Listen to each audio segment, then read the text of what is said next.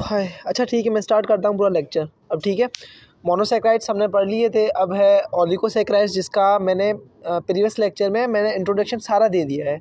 मतलब तकरीबन मैंने मोनोसेक्राइड्स तो मैंने पूरा पढ़ा लिया। ठीक है, और उससे पहले मैंने ओलिगोसेक्राइड्स का बता दिया था, पॉलीसेक्राइड्स का बता दिया था, सबका मैंने बता दिया था। लेकिन अब डिटेल में पढ़ेंगे कि ओलिगोसेक्राइड्स हैं क्या। तो अगर इसको मतलब जो भी बेसिक वगैरह है ना, तो वो आप प्रीवियस लेक्चर में देख लेना, पूरी बेसिक्स मैंने पढ़ाई है। ठीक है, तो बस स्टार्ट करते हैं ओलिगोसेक्राइड्स। और इससे पहले वाला लेक्चर जो है ना, वो इतना वो भी नहीं था, बट खैर है, आप बस देख लेना तो थोड़ा बहुत समझ आ जाएगा।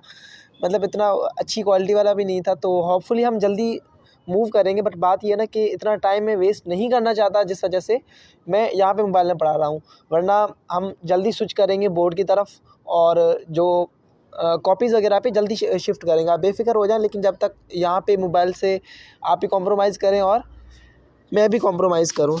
ठीक है, ओलिगोसेक्राइड्स इससे पहले मैंने बताया था कि ओलिगोसेक्राइड्स क्या है जब हम उसको तोड़ेंगे। ठीक है, हाइड्रोलाइसिस मैंने पढ़ाया था आपको, ये हाइड्रोलाइसिस पूरा मैंने पढ़ाया था। ठीक है, हाइड्रोलाइसिस पूरा पढ़ाया था कि हाइड्रोलाइसिस क्या करता है। हाइड्रोलाइसिस मैं फिर से बता दूं क्या है। हाइड्रोलाइसिस वो चीज़ जो बड़ी किसी बड़ी चीज़ को छोटी चीज़ में तोड़े, किसी बड़ी चीज़ को छोटी चीज़ में तोड़े, किसकी हेल्प से? वाटर की हेल्प से। ठीक है, किसकी हेल्प से? वाटर की हेल्प से जो तोड़े। ठीक है, तो उसे हम कहते हैं हाइड्रोलाइसिस। तो इससे पहले आप देख लेना, अब मैं ज़्यादा इस पर टाइम वेस्ट भी नहीं कर रहा। ठीक है, और जब हाइड्रोलाइसिस करेंगे तो उस पर मोनोसेक्राइड्स कितने मिलेंगे? मोनोसेक्राइड्स हमें मिलेंगे 2 to 10, मतलब 2 और 10 के बीच में। 2 भी मिल सकते हैं, 3 भी मिल सकते हैं, 4 भी मिल सकते हैं, या 10 भी मिल सकते हैं। ठीक है, लेकिन 10 से ज़्यादा नहीं मिलेंगे और 2 से कम नहीं मिलेंगे, ये याद रखना है। ठीक है, जब हम ओलिगोसेक्राइड्स को तोड़ेंगे तो हमें 2 मोनोसेक्राइड्स मिलेंगे, या फिर 10 मोनोसेक्राइड्स मिलेंगे, या 2 और 10 के बीच में मिलेंगे। 10 से ज़्यादा नहीं मिलेंगे, 2 से कम नहीं मिलेंगे। ठीक है, और ऐसे ओलिगोसेक्राइड्स जिसमें दो शुगर्स हो, 2 सेक्राइड्स हो, तो उसे हम कहते हैं डाइसेक्राइड्स। जिसमें 3 हो उसे हम कहते हैं ट्राइसेक्राइड्स। जिसमें 4 हो उसे हम कहते हैं टेट्रासेक्राइड्स। ठीक है, लेकिन यहाँ पे हम जस्ट डाइसेक्राइड्स ही पढ़ेंगे। डाइसेक्राइड्स मतलब 2 शुगर्स। ठीक है, डाइसेक्राइड्स मतलब 2 शुगर्स। ओके, तो होपफुली ये वाला लेक्चर अच्छा ही होगा, मतलब प्रीवियस लेक्चर से तो अच्छा ही होगा। ठीक है, तो डाइसेक्राइड्स हम पढ़ेंगे। डाइसेक्राइड पहले डेफिनेशन पढ़ लें क्या है कि two monosaccharides combine to form a disaccharide. मतलब 2 मोनोसेक्राइड्स आपस में मिलके क्या बनाएंगे? आपस में मिलके डाइसेक्राइड बनाएंगे। क्या बनाएंगे? डाई मतलब 2, डाई मतलब 2, सेक्राइड मतलब शुगर। ठीक है, सेक्राइड मतलब शुगर, जिसमें 2 शुगर हो। ठीक है, वो मोनोसेक्राइड्स जिसमें 2 मोनोसेक्राइड्स हो, 2 शुगर हो, उसे हम क्या कहते हैं? उसे हम कहते हैं डाइसेक्राइड्स। डाई मतलब 2, सेक्राइड्स मतलब शुगर। ठीक है, इसकी मैंने इससे पहले बता दिया था आपको, इसकी जो डिफरेंस था मैंने, कि मोनोसेक्राइड में डिफरेंस क्या है, ओलिगोसेक्राइड में डिफरेंस क्या है, और पॉलीसेक्राइड में डिफरेंस क्या है, तो वो मैंने पढ़ा दिया था आपको। ठीक है, वो मैंने पढ़ा दिया, तो उस पर टाइम वेस्ट नहीं करा, लेकिन जस्ट यहाँ पे जो पॉइंट्स हैं वो फिर से बता रहा हूँ। They are less sweet in taste. इसका जो टेस्ट होता है वो इतना वो नहीं होता, मीठा नहीं होता। ठीक है, इतना मीठा नहीं होता। जैसे मैंने आपको मोनोसेक्राइड बताया था, मोनोसेक्राइड जब आप टेस्ट करोगे तो आपको फुल मीठा लगेगा, लेकिन जब डाइसेक्राइड टेस्ट करोगे तो आपको इतना मीठा नहीं लगेगा। ठीक है, लेस सॉल्युबल, और पानी में भी ज़्यादा हल नहीं होता। हाँ, अब यहाँ पे एक चीज़ आती है कि क्या ये पानी में फुल हल नहीं होता, या फिर क्या ये बिल्कुल भी मीठा नहीं होता? तो ऐसा नहीं है। ठीक है, यहाँ पे लेस लिखा हुआ, लेस मतलब थोड़ा मीठा होता है। ठीक है, मीठा तो होता है लेकिन थोड़ा होता है, ज़्यादा नहीं होता। और जो पानी में हल हो सकता है, हल तो हो सकता है, लेकिन थोड़ा होगा, ज़्यादा नहीं होगा। ठीक है,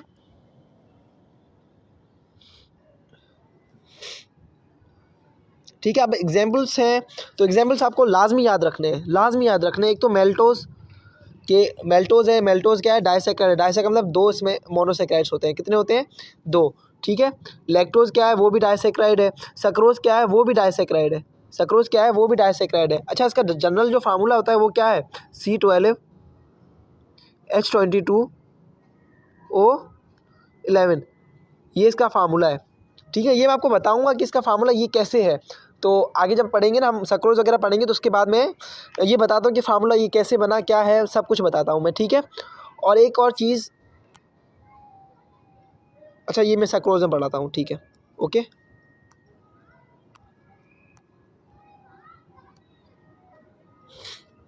ठीक है। Sucrose it is also called cane sugar. Sucrose को हम क्या कहते हैं, कैन शुगर भी कहते हैं। जो कैन वगैरह उर्दू में पता नहीं क्या कहते हैं तो मेरे ख्याल से गन्ने का जो भी हो, ठीक है, तो उसे कैन शुगर कहते हैं। सक्रोज का आपको ये चीज़ें लाजमी याद होनी चाहिए, ये पॉइंट्स वगैरह लाजमी याद होनी चाहिए कि क्या कहते हैं क्या नहीं कहते वगैरह, ठीक है, ये सब कुछ याद होना चाहिए। ओके, तो सक्रोज को हम क्या कहते हैं, कैन शुगर कहते हैं। एक तो ये बात, और दूसरी बात देखो, मैंने आपको इससे पहले बताया कि जो डाइसैकेराइड्स होते हैं, जो डाइसैकेराइड्स होते हैं वो लेस स्वीट होते हैं, वो लेस स्वीट होते हैं। एक तो लेस स्वीट होते हैं, ठीक है, और ऊपर से क्या होता है, लेस सॉल्युबल होते हैं, मतलब सॉल्युबल भी ज़्यादा नहीं होते। लेकिन ये आप देखो यूज्ड एज अ स्वीटनर। लेकिन जो सक्रोज है वो सक्रोज बहुत ही ज़्यादा मीठा होता है, ठीक है, बहुत ही ज़्यादा मीठा होता है। अगर आप देखें ना दूसरे जो वो है, दूसरे जो डाइसैकेराइड्स है, मैल्टोज है और लैक्टोज वगैरह है, तो वो इतने मीठे नहीं होते। लेकिन सक्रोज जो है वो बहुत ही ज़्यादा मीठा होता है। जब आपने गन्ने का जूस पिया होगा तो वो मीठा ही होगा ना, ठीक है, तो आप उसे हम कहते हैं कैन शुगर कहते हैं। एक तो मीठा होता है, और दूसरा कहाँ पे यूज़ होता है, वो यूज़ होता है, सक्रोज यूज़ कहाँ पे होता है, सक्रोज यूज़ होता है फॉर मेकिंग स्वीट डिशेस। जो हम मिठाई वगैरह बनाते हैं, फिर कुछ भी बनाते हैं, स्वीट डिशेस मतलब मिठाई वगैरह कुछ भी बनाते हैं ना जो मीठा हो, तो उसमें हम तकरीबन सक्रोज का यूज़ करते हैं, ठीक है। उसमें किसका इस्तेमाल करते हैं, सक्रोज का, ताकि जो वो जो चीज़ हो वो मीठी हो जाए। ओके, और वेरी सॉल्युबल होती है पानी में, बहुत ही ज़्यादा जल्दी हल हो जाती है, पहली बात तो ये, ठीक है, ये पॉइंट्स लाजमी याद होनी चाहिए।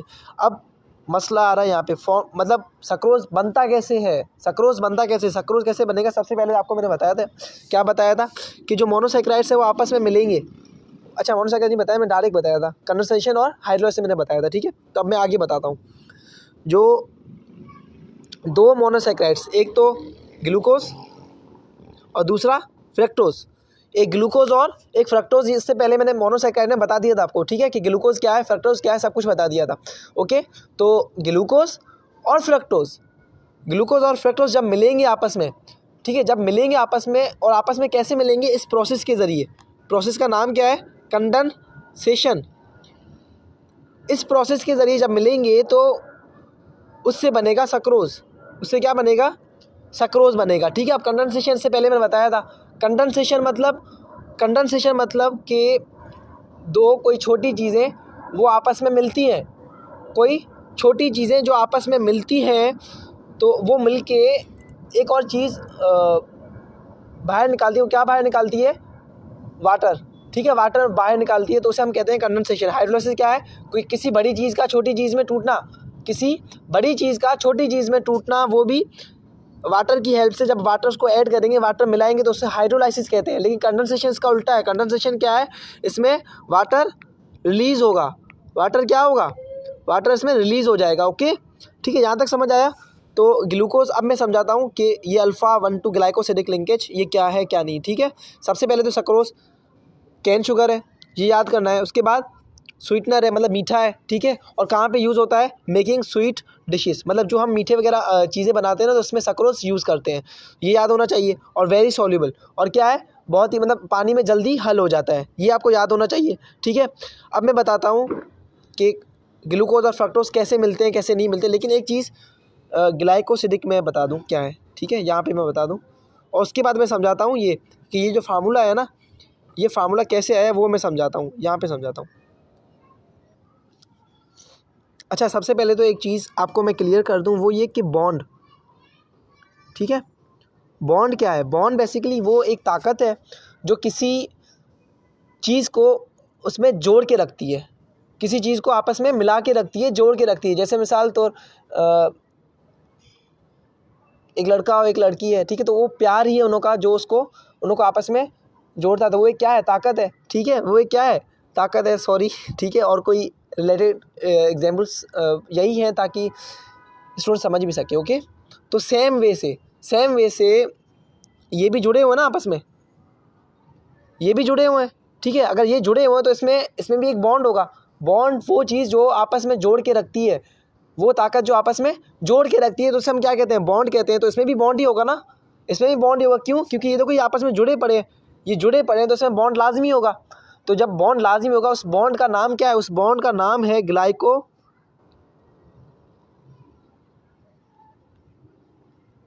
लिंकेज, ठीक है, ग्लाइकोसिडिक बॉन्ड, ठीक है। मैं यहाँ पे सही से लिखता हूँ, ग्लाइकोसिडिक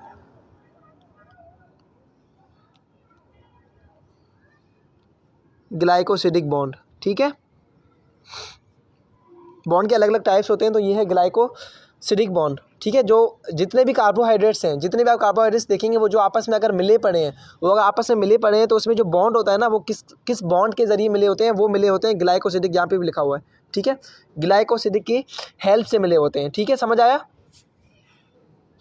अच्छा, मैं ये रोज रेस करूँ और कुछ टॉपिक समझाने हैं।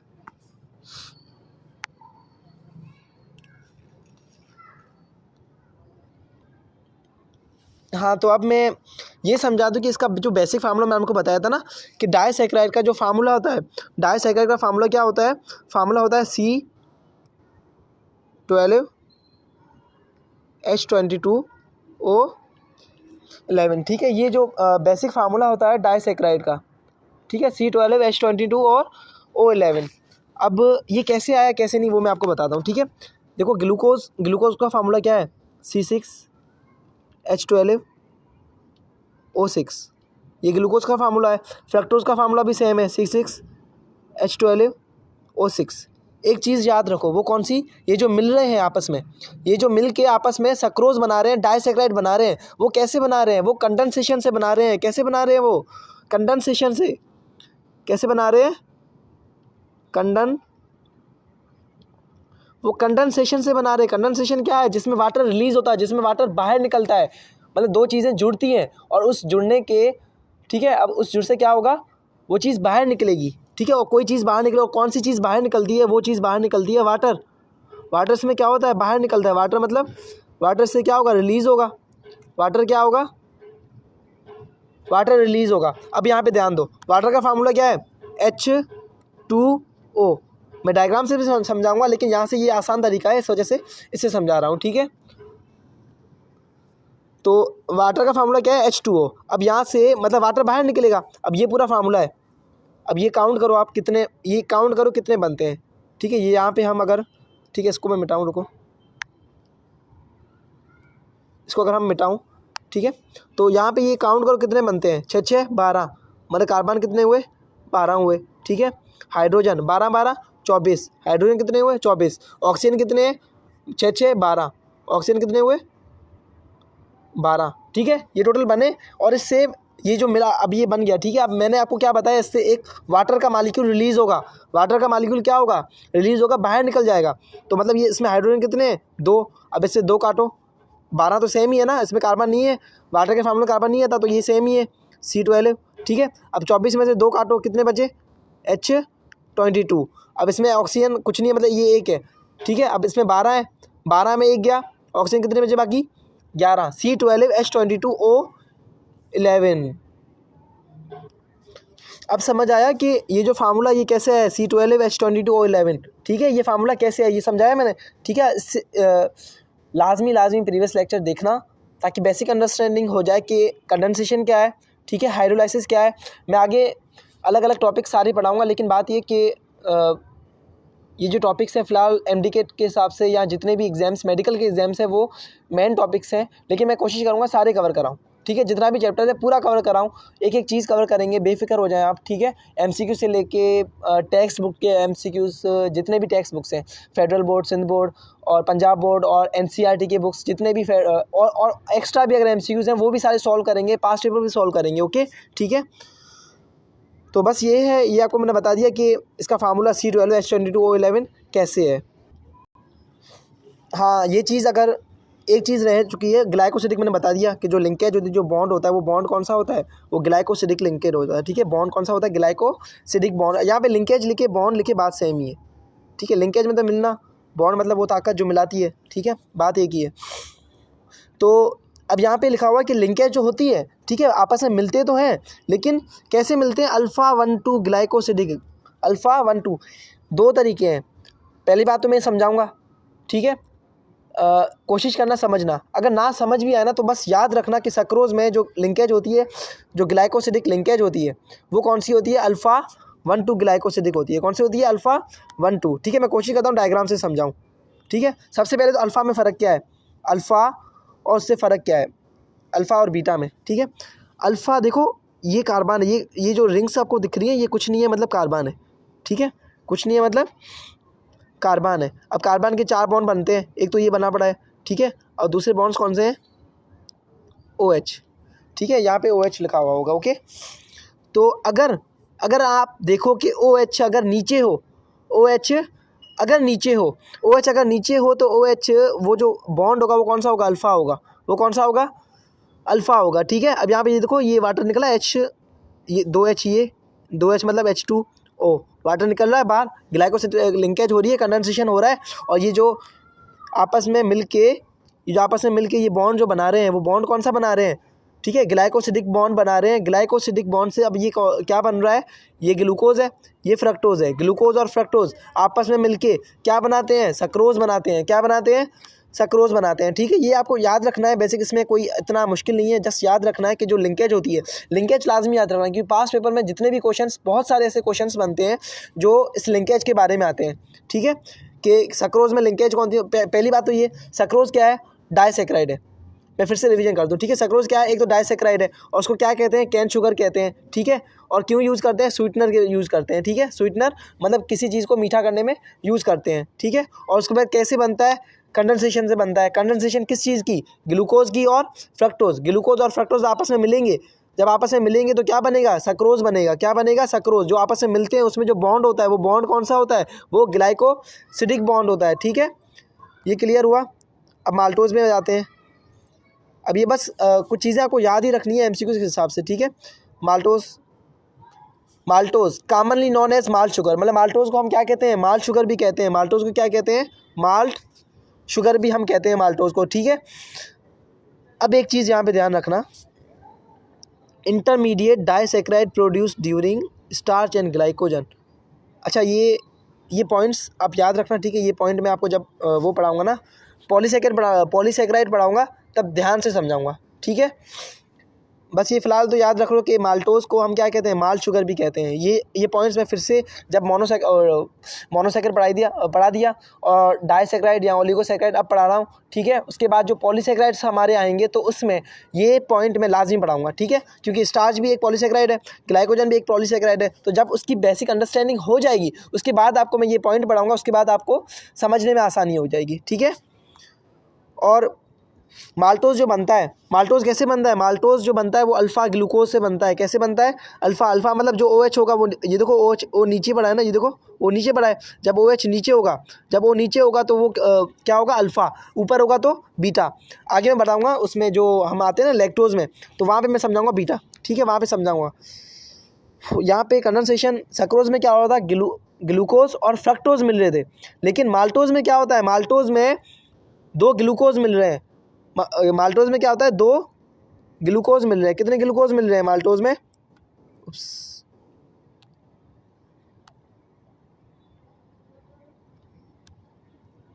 2 ग्लूकोज, ठीक है। कितने ग्लूकोज मिल रहे हैं, 2 ग्लूकोज। जब आपस में मिलते हैं तो क्या बनता है, तो बनता है माल्टोज। क्या बनता है, माल्टोज, जिसको हम क्या कहते हैं, मेल्ट शुगर भी कहते हैं।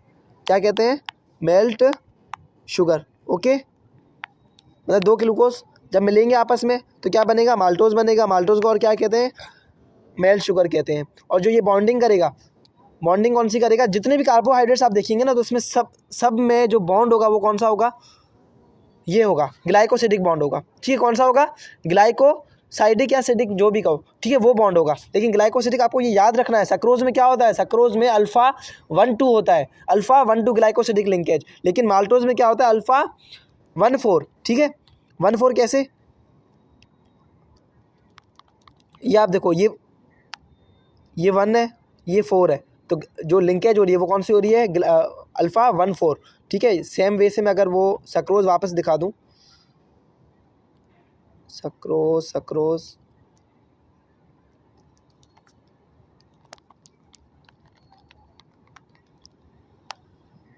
ठीक है, सक्रोज जब मैं वापस दिखा दूं, ये देखो ये 1,2 हो रहा है। इसमें लिंकेज कौन सी हो रही है, एक तो ग्लाइकोसिडिक लिंकेज हो रही है। ग्लाइकोसिडिक कौन सी हो रही है, 1 और 2, कौन सी हो रही है, 1, 2, ठीक है। सक्रोज में क्या होता है, 1,2 ग्लाइकोसिडिक लिंकेज होती है, और माल्टोज में क्या होता है, 1,4 ग्लाइकोसिडिक लिंकेज होती है, ठीक है। और सक्रोज में फ्रक्टोज और ग्लूकोज मिलते हैं, लेकिन माल्टोज में कौन कौन मिलते हैं, 2 ग्लूकोज मिलते हैं, ठीक है। अच्छा, बस ये लास्ट है लैक्टोज, ओके। तो लास्ट लैक्टोज है तो बस वही पढ़ते हैं, ठीक है। लैक्टोज को हम क्या कहते हैं? Milk sugar. लैक्टोज को हम क्या कहते हैं? Milk sugar. मतलब जो दूध में हम पीते हैं ना, तो उसमें जो मोनोसैकेराइड होता है, जो डाइसैकेराइड जो होता है, वो कौन सा होता है? वो लैक्टोज होता है, ठीक है। वो क्या होता है? मिल्क में क्या होता है? लैक्टोज ही होता है। तो इस वजह से हम लैक्टोज को मिल्क शुगर भी कहते हैं, ठीक है। मिल्क शुगर भी कहते हैं। अगर आपसे कोई पूछे ना कि मिल्क में कौन सा कार्बोहाइड्रेट्स, आप क्या कहेंगे? लैक्टोज है। क्या कहेंगे? Lactose, okay. अब वो जो लैक्टोज है वो कैसे बनता है? वो भी कंडेंसेशन से बनेगा। कंडेंसेशन से बनता है मतलब क्या होगा? इसमें H2O, वाटर क्या होगा? रिलीज़ होगा, वाटर बाहर निकलेगा, ठीक है। वाटर बाहर निकलेगा। और जो मिलते हैं आपस में, कौन कौन मिलता है? ग्लूकोज और गैलेक्टोज। ग्लूकोज और गैलेक्टोज जब मिलेंगे तो क्या बनेगा? लैक्टोज बनेगा, ठीक है। क्या बनेगा? लैक्टोज बनेगा। और लेकिन इसमें जो लिंकेज तो सेम ही होगी, ग्लाइकोसिडिक होगी। लेकिन ग्लाइकोसिडिक कौन सी लिंकेज? इसमें होगी β14। बीटा मतलब ये देखो ओ ऊपर बड़ा है, ये देखो। उसमें आप ओ देखोगे ओ सब में नीचे था, ठीक है। ओ ये देखो, लेकिन ओ यहाँ पे OH है एक्चुअली, ठीक है। लेकिन अगर डायग्राम से समझ ना भी है, आप जस्ट रट्टे मार लेना, खैर है, ठीक है। लेकिन असल में ये जो आप O कह रहे हैं वो O नहीं होता, वो OH होता है, हाइड्रोक्सिल ग्रुप, ओके, ठीक है। लेकिन बस जस्ट हमें इतना फुल उसमें नहीं जाना, डीपली नहीं जाना, जस्ट याद रखना है, ठीक है। जो ग्लाइकोसिडिक लिंकेज होती है वो कौन सी होती है? β14। अब यहाँ पे मैं फुल से अगर ओवरव्यू दे दूँ, में रुको,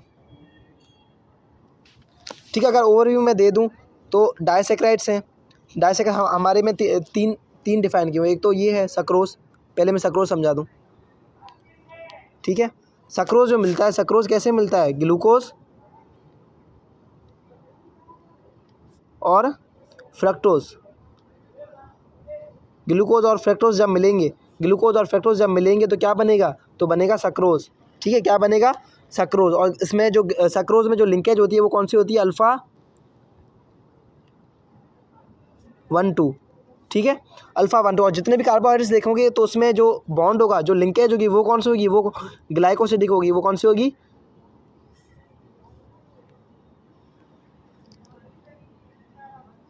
स्पेलिंग गलत लिखी, ठीक है। Glycosidic, okay. Alpha 1,2 glycosidic linkage, ठीक है। समझ आया? सक्रोज समझ आया? उसके बाद क्या है? माल्टोज। उसके बाद क्या है? माल्टोज। माल्टोज में क्या है? माल्टोज में दो वो मिलेंगे, ग्लूकोज मिलेंगे। ग्लूकोज कितने मिलेंगे? यहाँ पे 2 मिलेंगे, ठीक है। और जो लिंकेज होती है वो कौन सी होती है? वो भी सेम अल्फ़ा होती है। लेकिन अल्फ़ा कौन सी होती है? अल्फ़ा तो होती है, अल्फ़ा सक्रोज में भी थी, यहाँ पे भी है। लेकिन फ़र्क क्या है? अल्फ़ा सक्रोज में अल्फ़ा 1,2 है, इसमें क्या है? अल्फ़ा 1,4 है। और ये तो सेम ही होगा ग्लाइकोसिडिक, ठीक है। और उसके बाद है लैक्टोज। उसके बाद क्या है? लैक्टोज। लैक्टोज में अल्फ़ा नहीं होती, उसमें भी अल्फ़ा नहीं होती, उसमें भी अल्फ़ा नहीं होती। अच्छा, ये MCQs बन सकता है इसमें। जैसे मिसाल तो which of the disaccharide has beta linkage, ठीक है। तो इसमें अब वो भी नहीं आएगा, माल्टोज भी नहीं आएगा, सक्रोज भी नहीं आएगा। क्या आएगा इसमें? लैक्टोज आएगा, ओके। जो लैक्टोज में बनते हैं, आपस में मिलते हैं, कौन कौन मिलता है? एक तो ग्लूकोज मिलता है, ग्लूकोज के साथ और कौन मिलेगा? ग्लूकोज के साथ और मिलेगा गैलेक्टोज, ठीक है। और कौन मिलेगा? गैलेक्टोज। जब ये आपस में मिलेंगे तो क्या बनेगा? लैक्टोज बनेगा। जो लिंकेज होती है वो लिंकेज कौन सी होती है? β14। β14। अगर ऐसे भी सेम आ जाए ना कि which of the following has alpha, which of the following ऐसे आए, ठीक है, डायरेक्ट मैं आगे जाके समझाऊंगा। जस्ट एग्जांपल दे रहा हूँ यहाँ पे। आगे जाके मैं सारे समझाऊंगा कि MCQs कैसे बनते हैं, कैसे आ सकते हैं, कैसे नहीं आ सकते, और मुश्किल MCQs कैसे बनते हैं, ठीक है। वो भी सब कुछ समझाऊंगा, MCQ सॉल्व कराऊंगा और समझाऊंगा। लेकिन यहाँ पे जस्ट एक बता रहा हूँ कि यहाँ पे अगर एक MCQs आ जाए, क्या आ जाए MCQs कि which of the following has 1,4 linkage, 1,4 glycosidic linkage, 1,4 glycosidic linkage. तो यहाँ पे 2 ऑप्शंस होंगे, कौन कौन से? एक तो लैक्टोज भी होगा और दूसरा माल्टोज भी होगा, ठीक है। क्योंकि दोनों में 1,4 है, ठीक है। दोनों में क्या है? 1,4 है। लैक्टोज में कौन सी है? β14। माल्टोज में कौन सी है? अल्फ़ा 1,4। और 1,2 जो लिंकेज होती है वो किस में होती है? सक्रोज में, ओके। तो बस यही है ये लेक्चर। आई होप अच्छी तरीके से समझ आएगा, क्योंकि पहला लेक्चर मुझे नहीं पता सही था भी या नहीं, मुझे नहीं पता, ठीक है। लेकिन मुझे पर्सनली वो इतना सही नहीं लगा, लेकिन कोशिश की है कि यहाँ पे कोई बिना डिस्टर्बेंस एक वीडियो बन जाए अच्छी। तो बस यही है, आगे में जितने भी हैं हम पढ़ लेंगे। ओके, पॉलीसेकेराइड्स वगैरह जितने भी पढ़े तो कोशिश करेंगे 4-5 दिनों के अंदर ये सारा जो भी है कार्बोहाइड्रेट्स जितना भी है, ठीक है, कार्बोहाइड्रेट्स जितना भी है वो सारा कवर कर लें। कार्बोहाइड्रेट्स टोटल कवर कर लें, टोटल जितना भी है सारा कवर कर लें, एमसीक्यू से लेके बुक जितने भी हैं सब कुछ कवर कर लें। उसके बाद मैं एक गारंटी दे रहा हूँ कि कार्बोहाइड्रेट से एक भी सवाल आपका आउट नहीं होगा अगर आप ध्यान से पढ़ेंगे तो। ओके, कल हम यही पढ़ेंगे पॉलीसेकेराइड, उसके बाद बस ख़त्म है। उसके बाद तो उसके बाद यही है कि एमसीक्यूज़ वगैरह जो भी हैं कैसे बनेंगे कैसे नहीं बनेंगे वो सारा सब कुछ इसमें बनेंगे, कार्बोहाइड्रेट्स का हम बनाएंगे। ओके।